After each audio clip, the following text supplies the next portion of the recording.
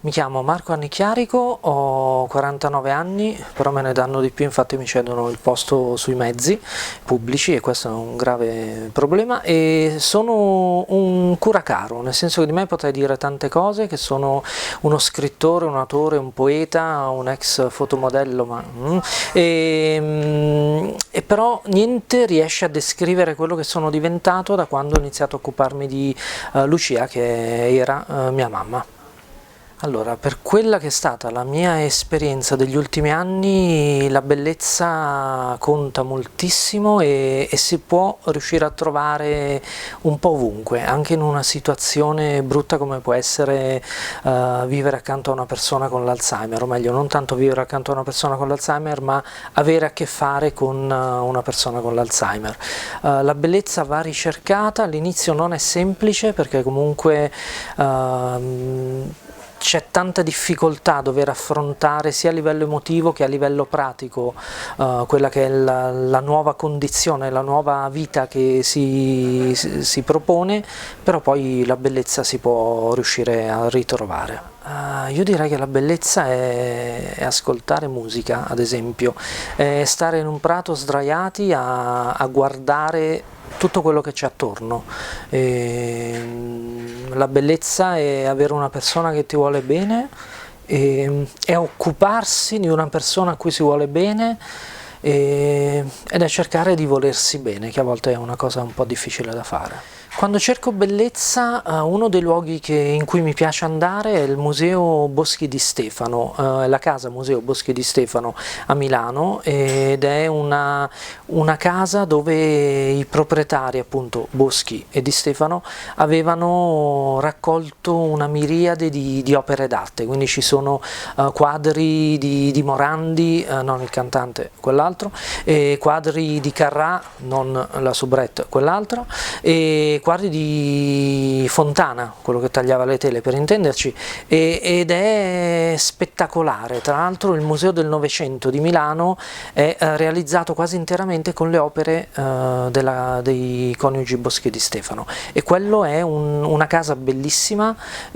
con delle opere bellissime, ed è fantastico andarci. Se non ci siete mai andati, andateci. Una cosa bella che ho visto fare e mi ha colpito,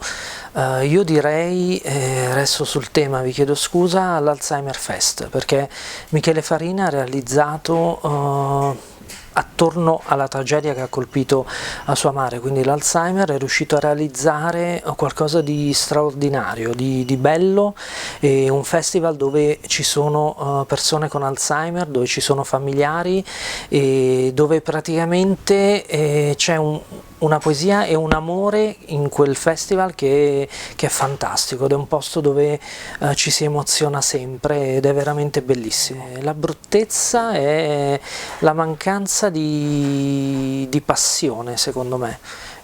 Persone che non hanno passione diventano brutte e imbruttiscono quello che hanno attorno.